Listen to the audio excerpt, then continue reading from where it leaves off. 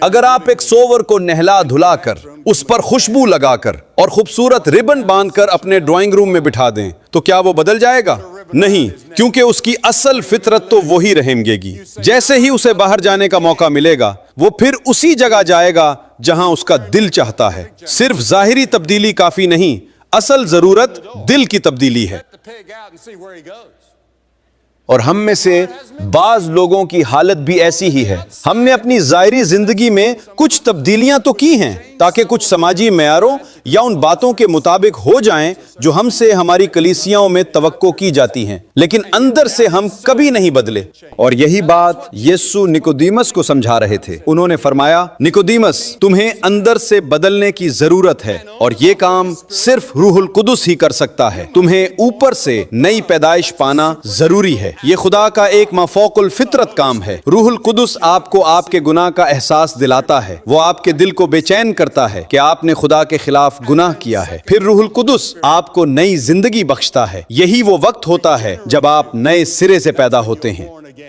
اور پھر روح القدس آپ کے دل میں آ کر بس جاتا ہے تاکہ روزمرہ زندگی میں آپ کی مدد کرے۔ آپ یہاں سے بغیر مدد کے تنہا واپس نہیں جائیں گے۔ اب سے خدا کا روح آپ کے ساتھ ساتھ چلتا رہے گا تاکہ آپ کو یقین دے، خوشی دے، آپ کی زندگی میں پھل پیدا کرے اور آپ کو کلام مقدس سکھائے۔ آپ صرف ظاہری اصلاح سے کامیاب نہیں ہو سکتے، یہ کافی نہیں ہے۔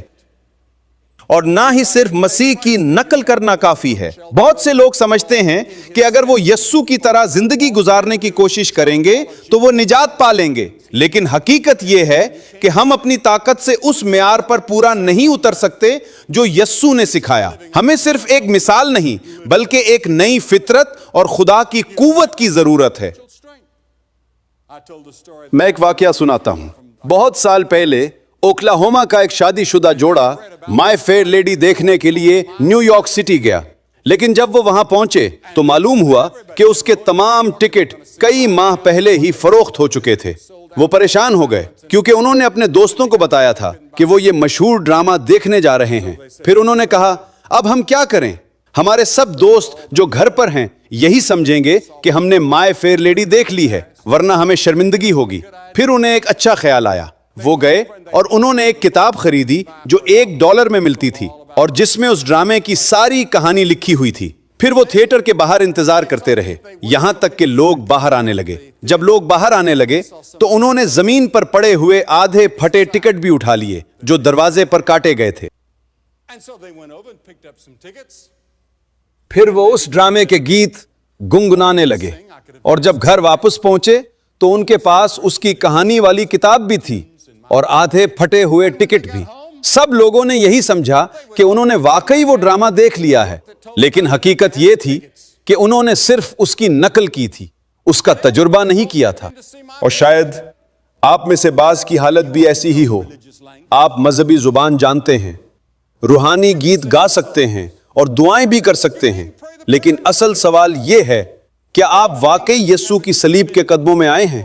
کیا آپ نے نئی زندگی پائی ہے؟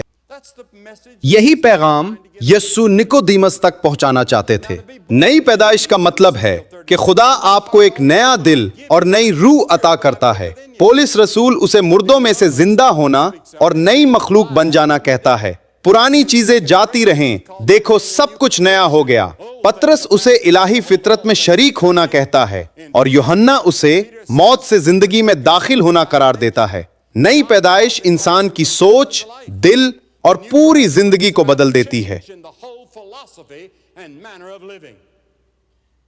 تو پھر نئی پیدائش کیسے ہوتی ہے؟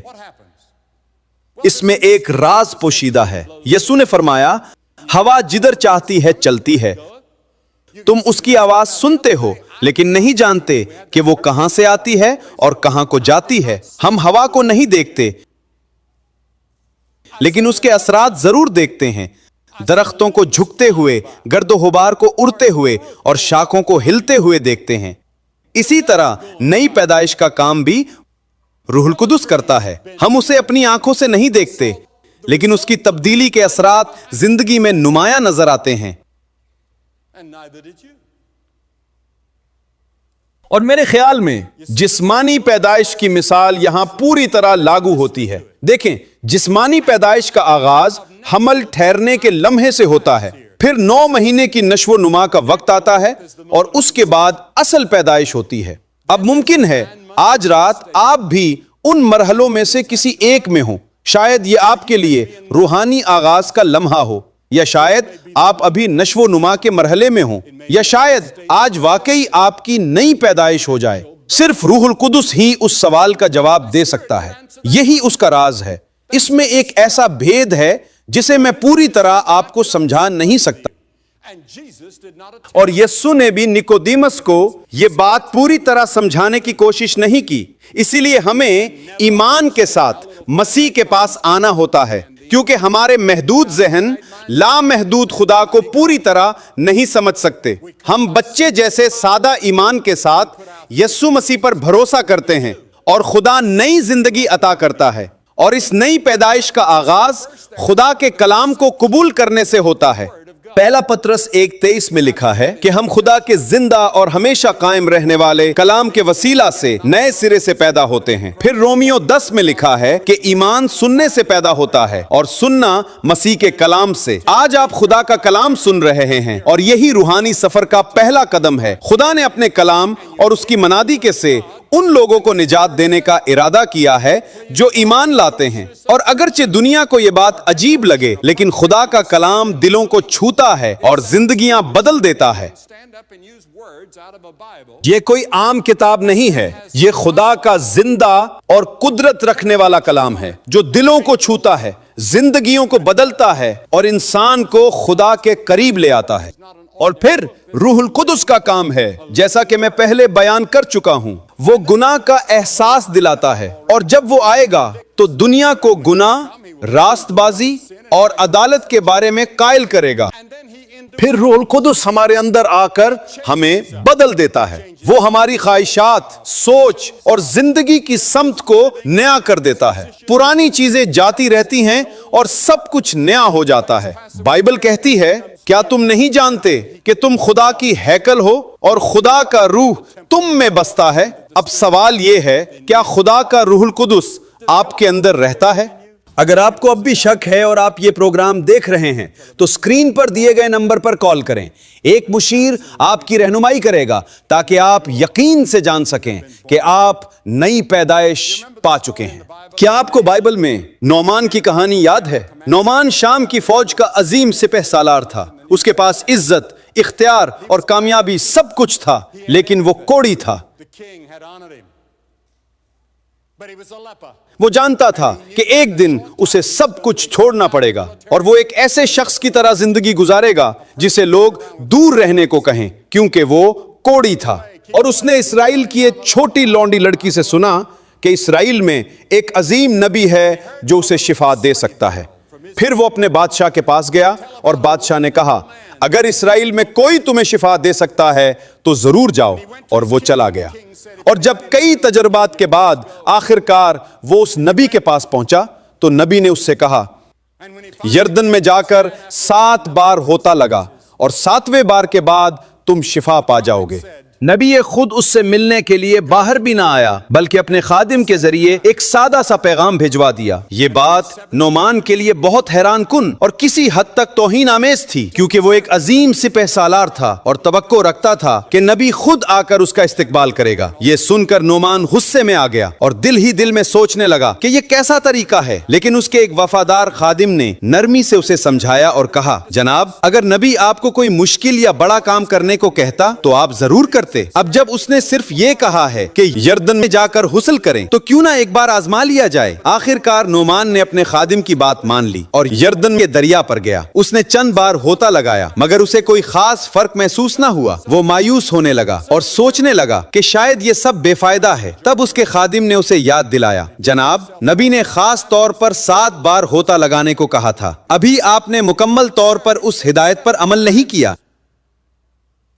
چنانچہ نعمان 7ویں بار پانی میں اترا، اور جب وہ باہر نکلا تو اس کی جلد بالکل صاف اور تندرست ہو چکی تھی۔ جس چیز نے اسے شفا دی وہ یہ تھی کہ اس نے وہی کیا جو نبی نے اس سے کہا تھا۔ اور سب نبیوں سے بڑھ کر یسوع مسیح فرماتے ہیں، تمہیں نئے سرے سے پیدا ہونا ضروری ہے۔ یہ نئی پیدائش گناہوں سے توبہ، خدا کے سامنے اپنے گناہوں کا اقرار اور بچوں جیسے سادہ ایمان کے ساتھ مسیح کو اپنا خداون، نجات دہندہ اور مالک قبول کرنے سے ملتی ہے۔ پھر ایک نئی زندگی کا آغاز ہوتا ہے جس میں ہم خدا کی فرما برداری کرتے ہیں اور روح القدس بائبل پڑھنے، دعا کرنے اور مسیح کی گواہی دینے میں ہماری مدد کرتا ہے۔ اگر آپ کے دل میں اب بھی یہ شک ہے کہ آیا آپ نے نئی پیدائش پائی ہے یا نہیں، تو آج ہی اس بات کا فیصلہ کر لیں۔ بائبل فرماتی ہے ابھی قبولیت کا وقت ہے، آج نجات کا دن ہے۔ اپنے دل کو سخت نہ کریں کیونکہ خدا کا روح آج آپ کو اپنی طرف بلا رہا ہے۔ اگر آج وہ آپ کے دل سے بات کر رہا ہے تو اس کی آواز پر لبیک کہیں اور ایمان کے ساتھ مسیح کے پاس آئیں۔ میں لوگوں سے سب کے سامنے آنے کو اس لیے کہتا ہوں کیونکہ یسوع نے فرمایا، جو لوگوں کے سامنے میرا اقرار کرے گا میں بھی اپنے آسمانی باپ کے سامنے اس کا اقرار کروں گا۔ ہزاروں لوگوں نے ایمان کے ساتھ یہ قدم اٹھایا ہے اور آج میں آپ کو بھی دعوت دیتا ہوں کہ دلیرانہ طور پر مسیح کا اقرار کریں۔ یسوع آپ کے لیے سب کے سامنے صلیب پر لٹکے تھے، یقیناً آپ بھی دلیری سے ان کا اقرار کر سکتے ہیں۔ اگر آج آپ اپنے دل میں مسیح کو قبول کرنا چاہتے ہیں تو آگے آئیں۔ یہ قدم اس فیصلے کی علامت ہے جو آپ اپنے دل میں کر رہے ہیں۔ ہم آپ کے ساتھ دعا کریں گے، آپ کی رہنمائی کریں گے اور روحانی مواد بھی فراہم کریں گے تاکہ آپ اپنی نئی زندگی کا سفر مضبوطی سے شروع کر سکیں۔ خدا آپ کو برکت دے۔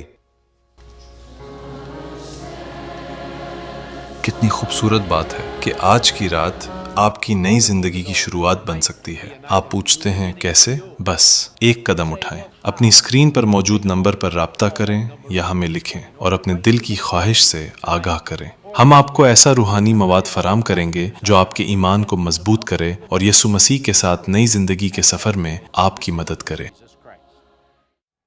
اگر آپ نے ابھی یہ دعا کی ہے یا آپ یسوع مسیح کے ساتھ اپنے تعلق کے بارے میں کوئی سوال رکھتے ہیں تو اپنی اسکرین پر موجود نمبر پر رابطہ کریں۔ کوئی آپ سے بات کرے گا، آپ کے ساتھ دعا کرے گا اور آپ کے سوالات کے جواب دے گا۔ اور یاد رکھیں، خدا آپ سے محبت کرتا ہے۔ اگر آپ اپنی زندگی یسوع مسیح کے سپرد کرنا چاہتے ہیں تو ابھی ٹول فری نمبر 1-877-772-4559 پر کال کریں یا ہمیں اس ایڈریس پر لکھیں: بلی گریہم پارک وے، ڈپارٹمنٹ سی، شارلٹ، نارتھ کیرولائنا 28201، یا ہماری ویب سائٹ peacewithgod.tv پر بھی رابطہ کریں۔ ہم آپ کے ساتھ دعا کریں گے، آپ کی رہنمائی کریں گے اور ایسا روحانی مواد فراہم کریں گے جو ایمان کے سفر میں آپ کی مدد کرے۔ ہماری دعا ہے کہ خدا آپ کو برکت دے اور اس پروگرام کو دیکھنے کا شکریہ۔ On behalf of Franklin Graham and the Billy Graham Evangelistic Association, thank you for watching and thank you for your prayers.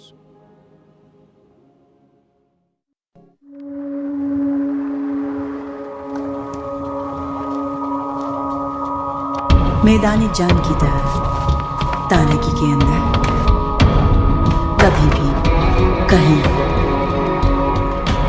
یہ ہمارا مقصد ہے، امید بانٹنا۔